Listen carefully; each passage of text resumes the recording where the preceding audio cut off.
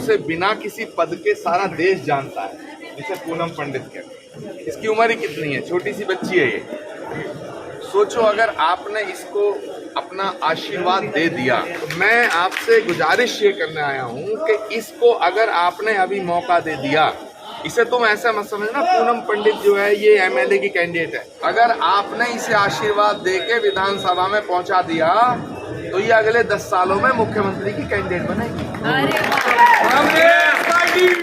जो गुजरात के ये लकड़बग्गे हैं, ये क्या सोच रहे हैं कि भाई जयंत की 2, 4, 5, 10 सीट जो आ जाएंगी वो तो हमारा ही है, और बहन जी की जो सीट आएंगी वो भी हमारे हैं। तो मैं आपसे हाथ जोड़ के निवेदन ये कर रहा हूं कि आप इस बात को 24 घंटे में फैलाओ। अगर तुम्हें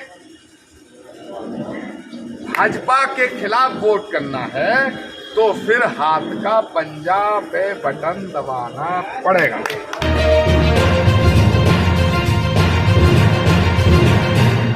बताया पूर्व विधायक जी ने कि 1 साल बॉर्डर पर रहेंगे, लड़ाई लड़ने का काम किया। ऐसी प्रत्याशी हमें स्याना विधानसभा को मिली। मैं धन्यवाद करता हूं प्रियंका गांधी जी का, मैं धन्यवाद करता हूं राहुल गांधी जी का, जो ऐसी होनहार और लड़ाई लड़ने वाली। अभी पूर्व विधायक जी ने सारा विस्तार से बताया, डॉली शर्मा जी ने बताया कि कांग्रेस ने क्या क्या किया। मैं समझता हूं कि आप लोग सब जानते हैं कि अगर कांग्रेस उत्तर प्रदेश में नहीं, अगर इस देश को बनाने में 70 साल लगे तो कांग्रेस ने कितना काम किया होगा। स्कूल या कॉलेज या एम्स बनाने का काम किया वो सिर्फ और सिर्फ कांग्रेस ने किया। और अब मैं अपने मुख्य अतिथि जो हमारे आचार्य प्रमोद कृष्णन जी से गुजारिश करूंगा कि हमें संबोधित पहले साजिद भाई पहले इनको बुलवाओ, फिर पूनम जी को, जब आचार्य जी को। भैया आप देखिए मना कर रहे हैं, उन्होंने अपना टाइम कैंडिडेट को 2 मिनट को बोलिए आप। मैं जो है पूनम जी से गुजारिश करूंगा कि वो 2 मिनट। सभी कैसे हो पहले बताओ, बहुत काम करके आप लोग थक गए होंगे। मैं धन्यवाद करती हूँ आचार्य प्रमोद कृष्णन जी, हमारे गुरु, हमारे बड़े, हमारे बुजुर्ग का, कि उनको यहाँ का रूट भी नहीं दिया गया और वो स्याना की जनता से मिलना चाहते थे, आकर के मुझे सपोर्ट करना चाहते थे। डोर टू डोर लगा हुआ था, लेकिन मैंने देखा कि वो भी काफी थके हुए हैं और आप लोग भी, तो इसलिए हमने एक मीटिंग का वो कर दिया। लेकिन मैं बार बार धन्यवाद करती हूँ डॉली शर्मा जी का और अपने गुरु जी का कि आप यहाँ पे आए, यहाँ पे जनता से आप इतना जुड़े हुए हैं, इतनी कनेक्टिविटी आपकी है कि आपसे रहा ही नहीं गया। 1000 बार तो मैंने बोला प्रोग्राम के लिए, बाकी हम सब जो है सुनना चाहते हैं आपको। तो मैं चाहती हूँ कि आप स्याना विधानसभा की जनता को संबोधित करें। और जो पूर्व विधायक हैं 2012 में कांग्रेस ने बनाए थे, उन्होंने भी कोई काम नहीं किया। 2017 में लोधी जी ने भी कोई काम नहीं किया। लोधी समाज की बेटी का बलात्कार हो गया, 6 दिन हो गए और मार दिया गोली से। उस लड़की की आवाज तक नहीं उठा रहे, आवाज दबा रहे। वोट चाहिए बस इनको, वोट की वोट पे लगे हुए हैं, ठगी पे, वोट पे।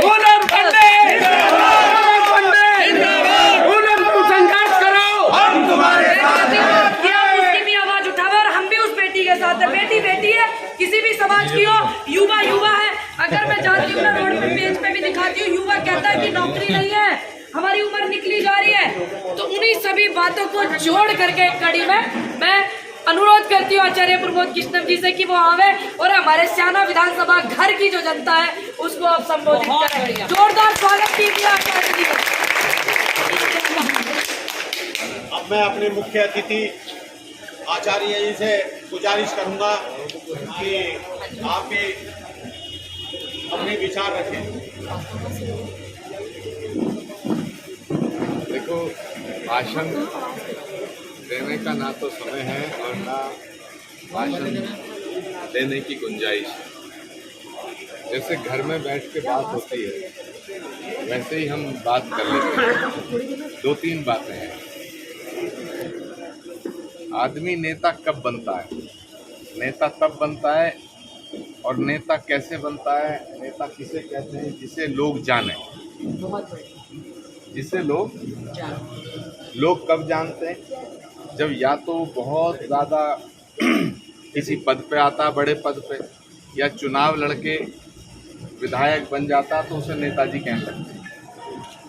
ये कितना बड़ा सौभाग्य है स्याना की इस जनता का कि जो कैंडिडेट है हमारा उसे बिना किसी पद के सारा देश जानता है, जिसे पूनम पंडित कहते हैं। सारा देश जानता है। और जिस तरीके से, जिस अंदाज से ये मैदान में कूदी है, इसकी उम्र ही कितनी है, छोटी सी बच्ची है ये। सोचो अगर आपने इसको अपना आशीर्वाद दे दिया। देखो यहाँ तो 150 लोग बैठे हैं, तो विरोधी लोग ये भी कह सकते हैं कि साहब कांग्रेस पार्टी के पल्ले क्या है, ठीक है। समाजवादी कह सकते हैं साहब कांग्रेस के पल्ले क्या है, बीजेपी कह सकती है पल्ले क्या है। एक बात जान लेना, जितनी भी दुनिया में बड़ी क्रांति हुई, चाहे वो भारत में हुई, फ्रांस में हुई या दुनिया के और किसी हिस्से में हुई, जब इनकलाब आया है तो वो इनकलाब मुट्ठी भर लोगों के जज्बात और उनकी भावनाओं से आया। गांधी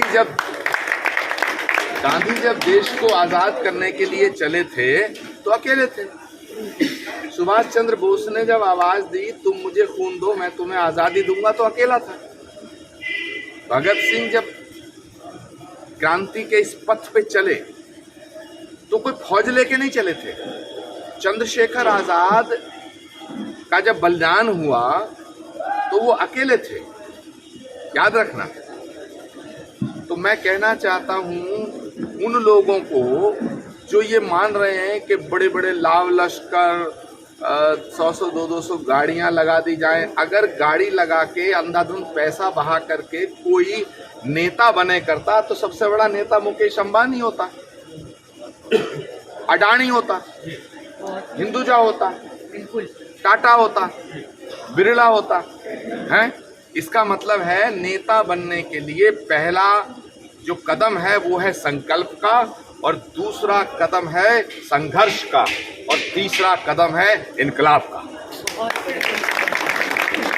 तो मैं आपसे गुजारिश ये करने आया हूं कि इसको अगर आपने अभी मौका दे दिया, इसे तुम ऐसा मत समझना पूनम पंडित जो है ये एमएलए की कैंडिडेट है।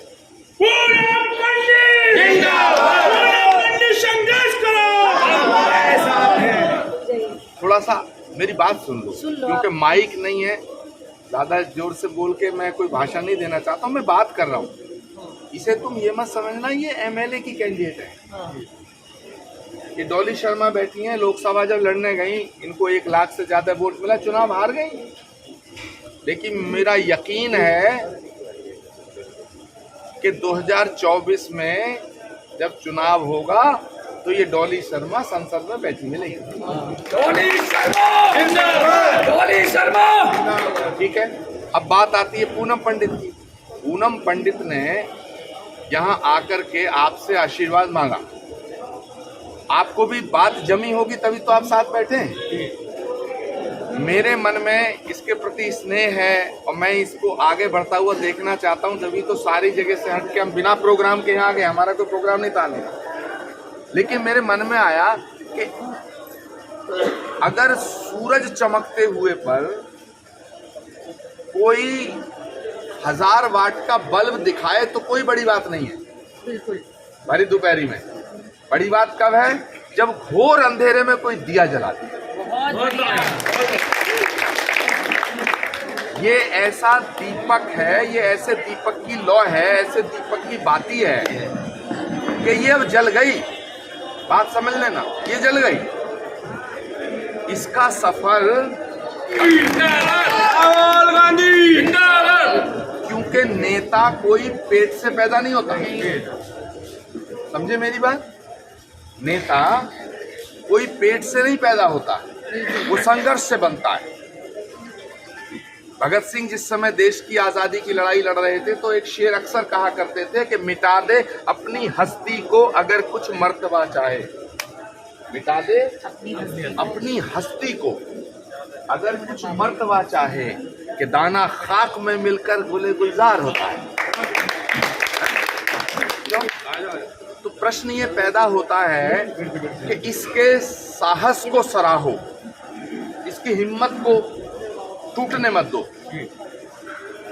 कल का दिन बीच में है, कल चुनाव प्रचार खत्म हो जाएगा, परसों लोगों से बात करना, उनसे बैठना, कैसे वोट पड़ेगा। मगर अगर आप सब पूरी तरह से संकल्पित हो जाओ, अगर आप राम राम सर, अगर आप ये सोचोगे कि ये प्रियंका गांधी की इज्जत का सवाल है, कांग्रेस पार्टी की कैंडिडेट है, जीते जीते हारे हार। बाबा जी भी आए थे, आचार्य जी, वो भी कह गए भैया ठीक है, कौन पूछने को दोबारा आएगा तुमने वोट दिया नहीं दिया, कौन पूछने को आएगा कि तुमने इसको लड़ाया नहीं लड़ाया। देखो मैं तो अब चला जाऊंगा, डॉली शर्मा भी चली जाएगी, लेकिन सवाल ये नहीं है कि हम चले गए हम आ गए। सवाल ये है कि एक ऐसा बीजारोपण किया है प्रियंका गांधी ने कि वो बहुत बड़ा वृक्ष बनना चाहिए। और वो वृक्ष कैसे बन सकता है?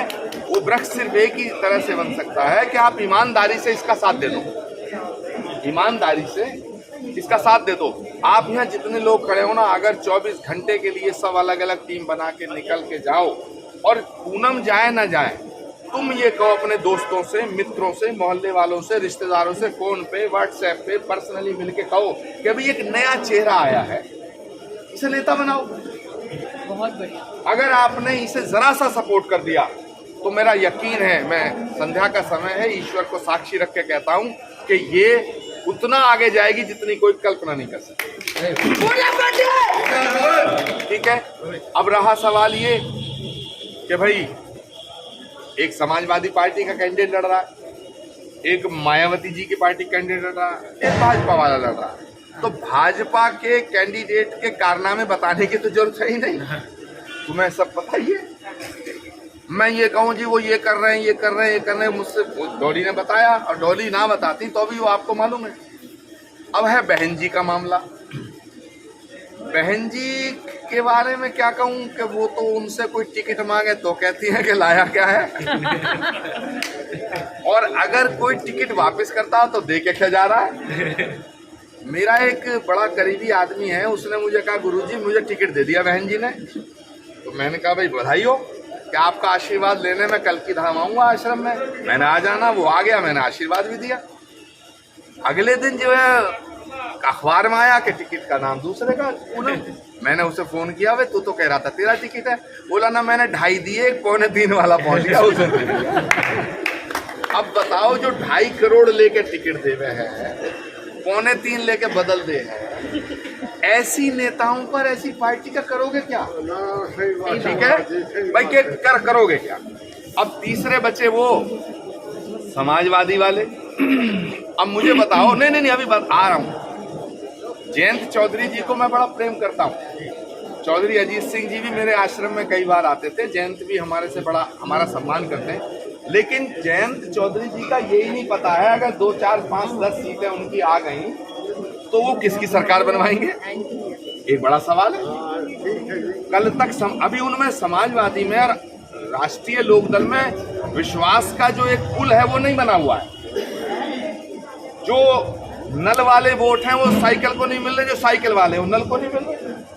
तो भाई ये नल भी दलदल में फंस गया लगता है। विचारधारा क्लियर नहीं है। दूसरा, अगर 5 सीट इनकी आ गई तो बीजेपी वाले क्या कह रहे हैं, जो गुजरात के लकड़बग्घे हैं ना ठीक है,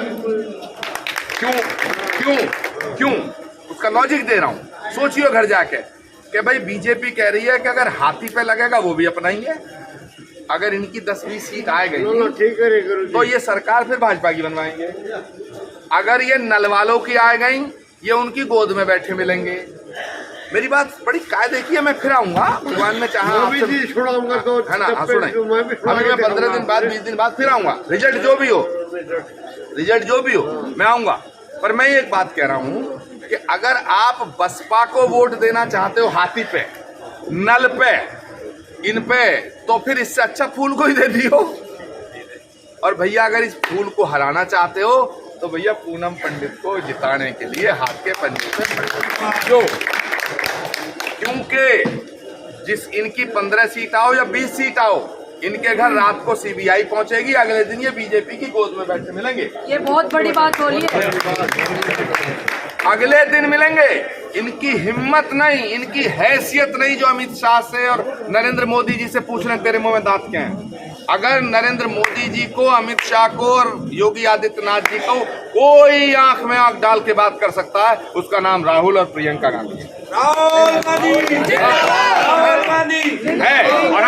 और सुनिए, हम दावे से कह रहे हैं, हम रोज अपनी जान को हथेली पर रख के घूमते हैं रोज। 8 साल हो गया, हमें कौन कौन सी धमकी नहीं दी जाती, कौन कौन सा लालच नहीं दिया जाता, लेकिन हम ना इनसे डरते ना इनके बाप से डरते। बहुत बढ़िया, सुन लो मेरी बात।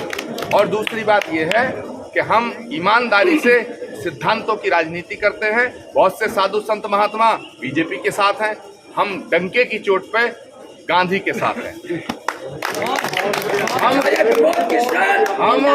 हम गॉडसे के साथ नहीं हैं, ठीक है। बाकी थोड़े लिखे को बहुत समझना। और भैया, जब चुनाव का समय आवे, घर जाए के लोगों को निकालना, माताओं बहनों को निकालना और इस पंजे पर बटन दबाना और इस छोरी को नेता बनाना है, इसे विधायक बनाना है, ठीक है। बोलो भारत माता की, भारत माता की, भारत माता की। धन्यवाद, शुक्रिया।